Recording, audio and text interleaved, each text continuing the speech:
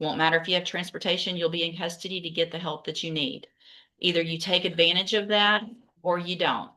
So you're going to get all the tools for both mental health issues, drug use issues, self-medicating, all of that. And when you get out of SafeP, you'll be on the high medium caseload in order to do whatever it is to follow up with spinal tap, follow up with drug treatment.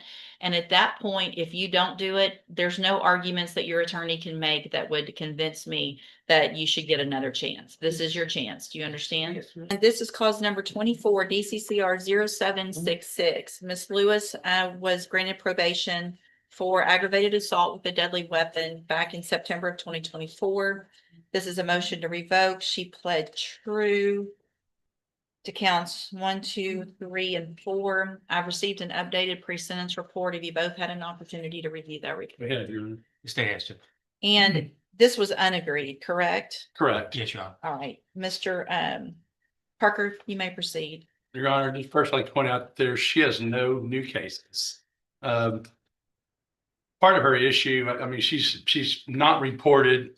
She's claimed some mental issues, which although the probation department didn't have knowledge of, I think they've confirmed that by talking to the infirmary, the jail. And I believe she did have issues. She was in a wreck, and I can tell you, she's acknowledged to me that she's told me the right things, which was promising, that she didn't go to probation because she was in a wreck and she was uncomfortable and it's hard to her. She also acknowledges, I should have gone. I should have had better contact with my probation officer and done what I'm supposed to do. She's very convincing to me that if she's given the opportunity, she's taking the medications that she needs to take, and that she will be able to complete her probation. I'm asking the court to put her on the high medium caseload and see if she does what she says she can do. If she's on her medication, and we can see if she actually will report. I mean, it won't take long to see if she reports and she starts doing a community service. They're administrative violations pretty much, and I'm asking the court to give her another chance. And do you want to address the court? Hold on. And she'd like to address the court, Judge. Go ahead. I would like for another chance, and I promise that I'll make sure that I do all my things that I'm supposed to do for my probation. Explain to her what you told me about why you didn't do what you're supposed to do the first time. I got in a car accident, but like I said, I'm not using it as an excuse. But I was out on transportation and stuff like that, and I couldn't really make it to where I was supposed to make it. And I've been taking my medicine. I've been doing everything that I'm supposed to, and I promise that I'll continue doing everything that I'm supposed to do to complete my probation. And you told me what should you have done when you weren't going? You should have done what? Should have reported. And you should have communicated with them. I should have communicated, especially with my probation officer. Mr.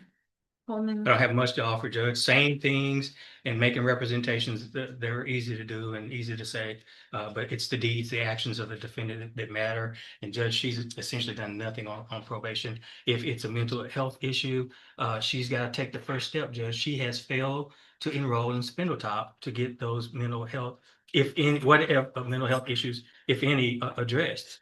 You can't do this probation for her, Judge. And the definition of insanity is doing the same thing over and over and expecting a different result. Putting her back on probation, given the fact that she's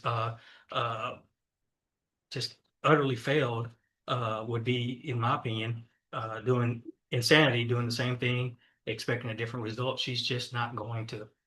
Her past behavior has indicated she's just not going to be successful at probation. I don't think that's fair representation, because obviously the probation department didn't know she had a mental health issue. They acknowledged that. And when they do know that, they take steps to help these people that have problems. And she did take steps to get on medication, and she has improved by being on medication. I think with the assistance and the knowledge that the probation department has, that she has a mental health issue, and she actually is taking medication for these problems, it may help her. She may have a better chance. So I'm looking back at the original pre-sentence report from 2024. Mm-hmm. And so it was noted in that pre-sentence report in 2024 that she had an appointment with Spindletop for a specific day that she failed to show for during the pre-sentence report, that time period. So it's not a surprise to anyone that there was some issues back then that weren't followed through with to go to Spindletop. That was ordered at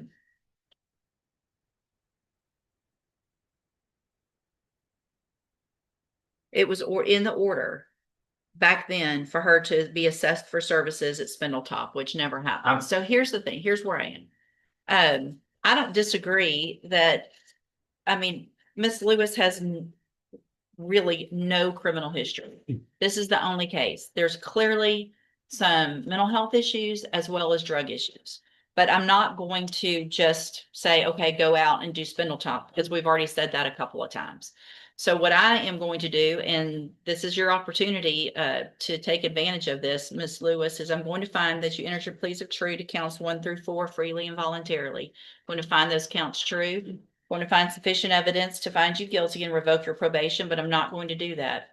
I'm going to continue you on probation, but I'm going to order that you enter and successfully complete the special needs SafeP program. That will address all of these problems. If you say you want and need help, so this was not an agreement. You do have some rights to appeal. I'm handing you that written certification. I hope you take advantage of this and get everything you need because you'll be given that opportunity, okay? Yes, ma'am. All right, good luck to you. Thanks, Judge. Good morning, you're Leroy Harris. Yes, ma'am. And this is cause numbers 24 DCCR 0404. Mr. Harris is charged with murder, and 19 31482 charged with possession of a controlled substance. What is the announcement? Ron, we have a tentative plea agreement, but it needs to go through the channels before, so we just need whatever the state needs. And Judge, the court has been patient with us with regard to his Harris County case. That was obviously resolved. Not quite what we had anticipated that resolution would be with respect to also taking care of this case. But we did bring him back. Those cases are pending. I extended a somewhat of an offer to Mr. Burbank with the understanding I needed to know some specific information before I took it above my head, which he's now informed me that would be an equitable resolution. So I just need to get a little bit of approval for that, and hopefully we can wrap it up just at the next plea setting. I mean, maybe not a definite to plead, but we're close. Okay, let's reset it 2 weeks. All right, we'll reset your case 2 weeks. Kavon Saunier.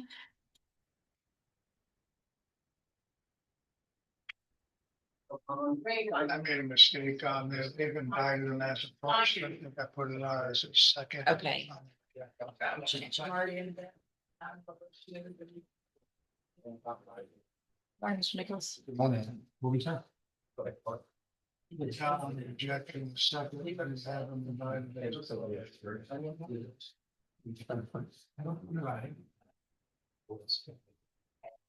No, go back.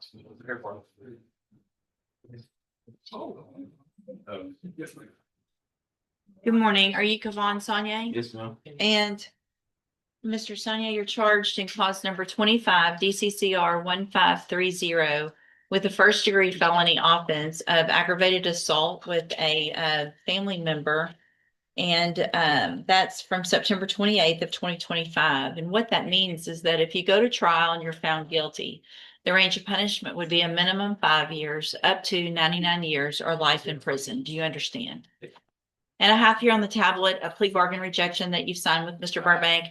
This shows that the district attorney's office has made an offer if you wanted to enter a plea of guilty or a 20-year term in prison. You have every right to reject that offer, have your case set for trial. I just want to make sure you understand what the possible consequences are if you go to trial and what your options are if you wanted to enter a plea of guilty. And do you understand all of that?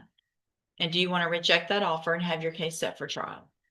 And I did make the adjustment on the plea bargain rejection from a second to a first that he's been admonished.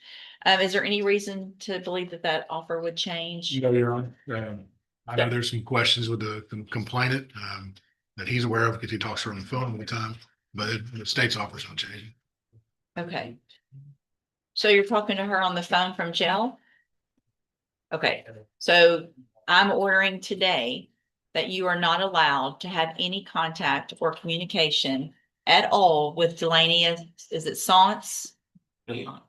Okay, you cannot talk to her. You can't call her, you can't send her letters, you can't send messages through anyone else, period. Do you understand? If you're caught doing that, things are just gonna get worse, okay? All that information will be information that a jury can hear, or I can hear, Mr. Nichols will hear it. So I'm ordering you now that you are not allowed to do that. If we catch you doing that at the jail, I can order that you have no telephone and none of those things. Do you understand? Okay, all right, go back with the bailiff, do your case set for trial. Thank you, Your Honor.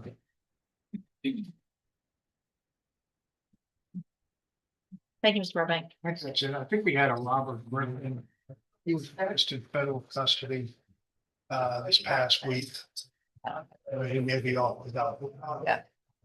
I have excuse. Yes, sir. until 1 o'clock. Yes, sir. Is it 1 o'clock? 1 for. One. Mr. Eckhart, you have Timothy Bessard. I do.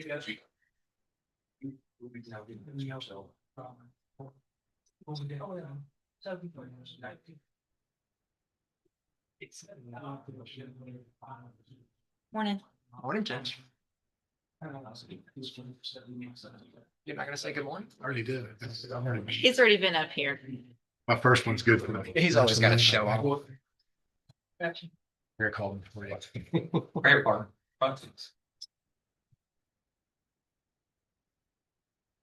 Good morning. Are you Timothy Bessard? Yes, ma'am. And this is cause number 26 DCCR 0276. Mr. Bessard is charged with aggravated assault with a deadly weapon.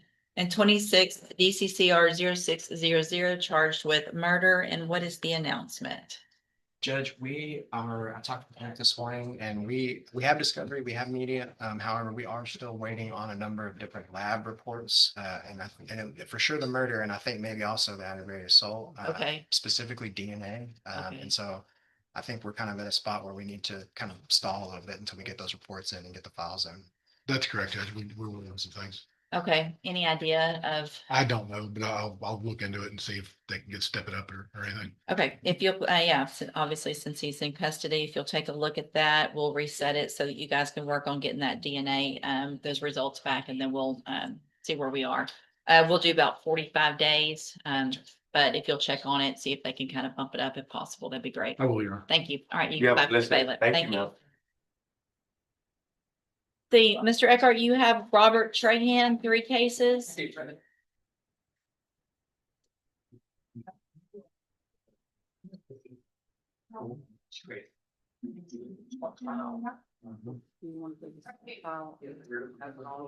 Let's get, well, he's got 2. Dalton Batiste also, or just switch on whichever. Judge, I found another thing in that case, if I'm not mistaken. I don't know if the court is inclined to admonish the defendant on it. I think there was an accumulation. Yes. On Trahan? Yes, in the enhancement. Yeah, I'll do Trahan real quick, and then Batiste as soon as that one's done. All right, sir, you Robert Trahan? Yes, ma'am. And Mr. Trahan's cases are set, for trial to begin with jury selection next Monday. There's 3 cases. We've got 25 DCCR 1094 charged with unauthorized use of a vehicle. 25 DCCR 1317 possession of a controlled substance. And 25 DCCR 1536 charged with evading arrest or detention with the use of a vehicle. And what is everyone's announcement? You first. State's ready. We're ready. Judge, I do have, I was special set in orange on a bond case. So I don't know how you want to handle that, but I was special set before this case was set. Is there a protection order or it was just a setting? But they're on bond? Yes, In whose court? Townsend. Talk to them and we'll go from there. And I But have a if, pretrial in that court tomorrow. So if whatever happens here, if I know before tomorrow. then yeah, I should- you'll know the number today of your case. And so it looks like, the state, well, Mr. Coleman, which case would the state elect to proceed on? The evading judge. All right, so 1536 would be the numbered case. And it looks like the state has filed a notice of intent to introduce extraneous? Is that just for punishment or is it any enhancement? It's for punishment, Judge. The indictment has already enhanced this case to 25 to 99, if I'm not mistaken. That's correct. And the And state. it looks like the previous plea bargain rejection, when we were here in March was for 7-year term. Is that correct? Yes, Judge. And so, Mr. Trahan, there's only a couple of cases left set for trial, so it's very likely that yours will be close to the top of the list to go to trial next week. I want to make sure that's what you want to do, understanding that if you're found guilty and if those prior convictions are true, that you would be looking at a minimum of 25 years in prison up to 99 years or life. Yes, ma'am. Okay, and it looks like the state has also filed a motion to cumulate, which means you've got 3 cases. They're all from different offense dates. And so if you're found guilty on one, then we could go to trial on the next one. If you're found guilty on that one, the state could ask that any sentence you get, if you're found guilty, be stacked on top of each other in all of these cases. Do you understand that as well? Yes, ma'am. Yes, sir. And not to get into the facts of the case, have no doubt Mr. Hickard has gone over the video with this defendant, but Judge, it's captured on video. And Right. have you looked at the video? Yeah, it's a misunderstanding. Okay, I just want to make sure you've seen it, y'all discussed it, and so we will number the case. I'll number it as soon as docket's over, and we'll let you know so you know what to do about next week as well. Thank you, Judge. All right, thank you. You can go back with the bailiff. Mr. Gertz on Dalton Batiste. Jacoby and Dorsey. Judge, I just got the media on that today. So got the paper discoveries, need to go over the media. and Okay, then we hold on, they're getting them. There's no objection to a reset. We should be ready to. Very blue on that camera. Yeah, it turns you guys all into Smurfs. It's blue hair, blue jacket. It's like even your gray jackets, y'all both look blue. My gray hair. Yeah. We noticed it on Mr. Nichols first. His hair was very blue.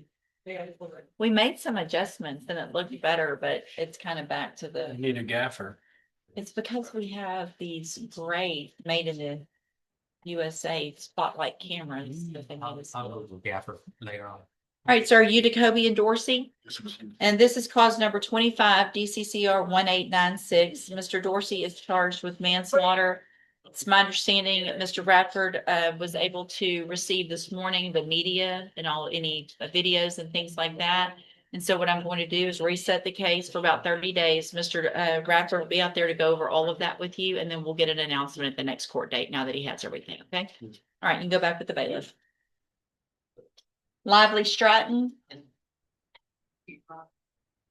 Lively Stratton. Any correct. Correct.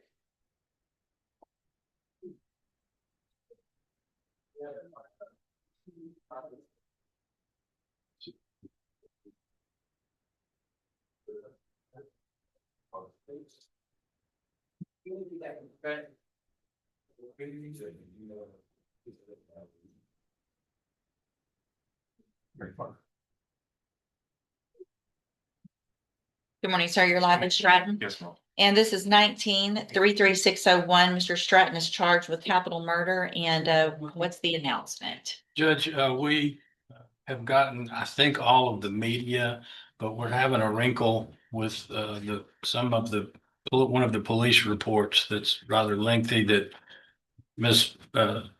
Molfino is trying to figure out why it's not transferring over from the old program. Okay.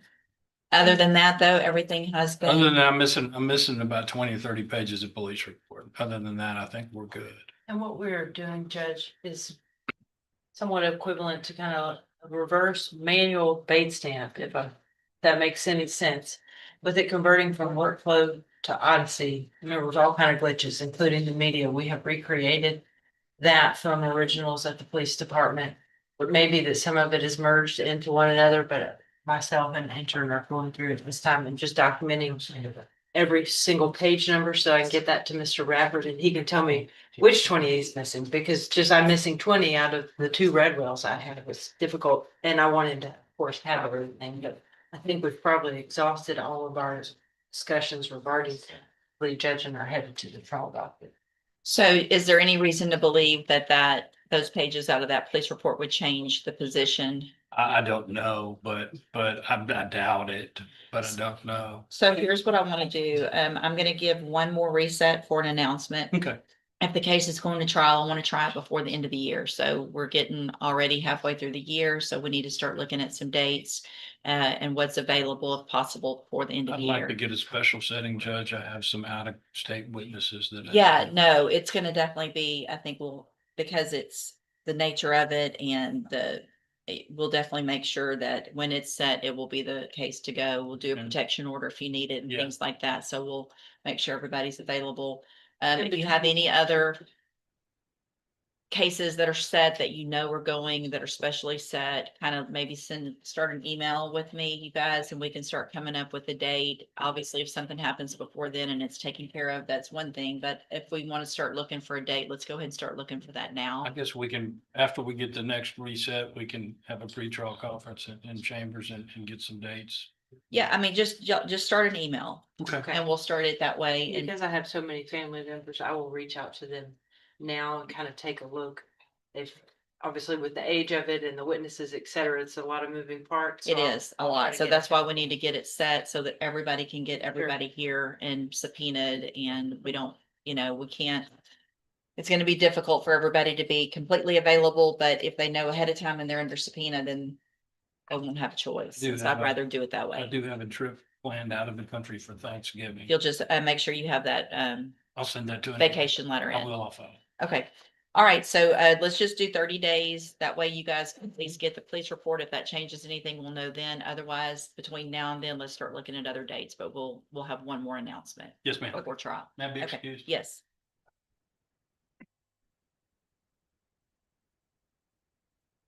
Mr. Parker, you have Darius Rigsby.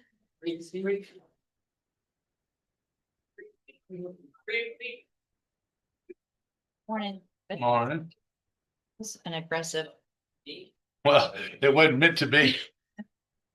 I did that to Judge Davis one time. I went back and clapped my folder. He was back there and I didn't know it, and it loud. He thought this father had a heart attack. Good morning. Are you Darius Rigsby? Yes, ma'am. And will your client waive the formal reading of the indictment? You know, Your Honor. Mr. Rigsby, in cause number 25 DCCR 1089, you're charged with a state jail felony offense of unauthorized use of a vehicle from May 18th of 2025. And how do you plead to that charge? Yes. Are you pleading guilty freely and voluntarily? And are you pleading guilty because you actually did what they charged you with? Yes. I have here on the tablets some documents that have your signature on them that the state's marked as exhibit number 1. Before you signed these, did you go over them with Mr. Parker? Yes, ma'am. Do you fully understand them? Yes, ma'am. And do you understand, if I follow the agreement that you've made with the district attorney, that you'll be waiving or giving up any right to appeal? Yes, ma'am. Do you also understand, if you're not a U.S. citizen, that a plea of guilty or no contest may result in your deportation, exclusion from admission to the country, or denial of naturalization under federal law? Yes, ma'am. State tenders number 1, No objection. it's admitted. Is there any evidence that Mr. Rigsby is not competent? No, Your Honor. All right, sir, I'm going to find that you entered your plea of guilty freely and voluntarily. Find that you're mentally competent and you understand the nature and the consequences of your plea. Find sufficient evidence to find you guilty, and at this time find you guilty of unauthorized use of a vehicle. Sentence you in accordance with your agreement to a term of 12 months in the Jefferson County Jail under Section 1244 of the Penal Code. You will receive credit on that sentence for any time that you've been in custody that the law gives you the right to receive. I'm handing you the trial court certification that shows this was an agreement that I followed, so you did waive your right to appeal. I also handed you a written admonishment regarding your ineligibility to possess a firearm or ammunition. Because of the judgment entered against you, you're ineligible under Texas law to possess a firearm or ammunition. Possession of a firearm or ammunition could lead to charges against you. If you have any questions about the laws that make you ineligible to possess a firearm or ammunition, or about how long that lasts, you can talk with me. All right, good luck to you, sir. You go back with the bailiff. Andrew Howard. Andrew Howard.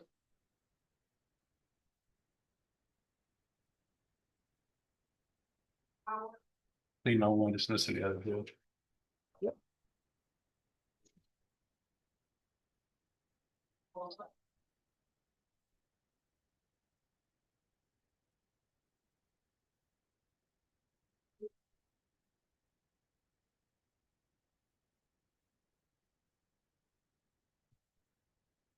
Good morning. Are you Andrew Howard? Yes, ma'am.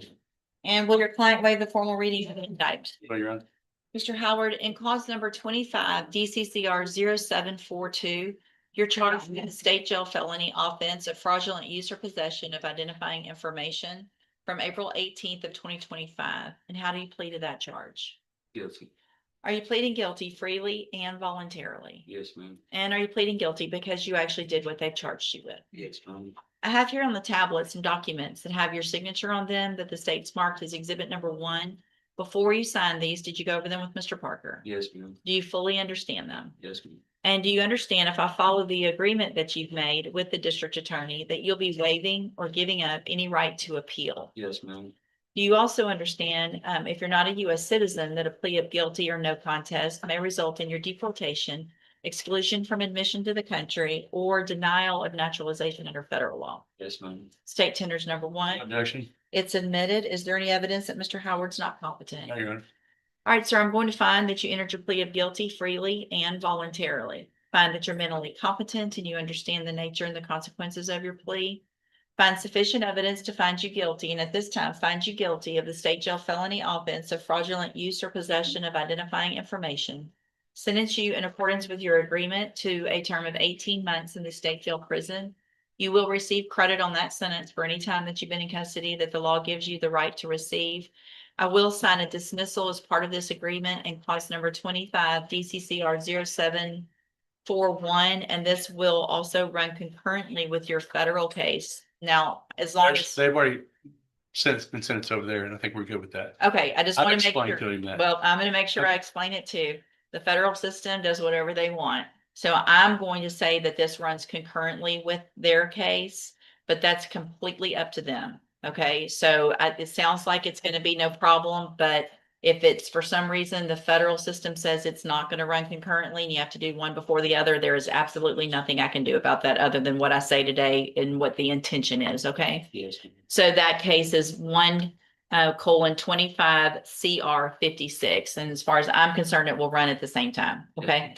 I'm handing you the trial court certification. That shows that this was an agreement that I followed. And so you've waived your right to appeal. I also handed you a written admonishment. Courtrooms aren't just about punishment. They're about choices, accountability, and second chances. Which ruling surprised you the most? Did the judge make the right decision, or would you have ruled differently?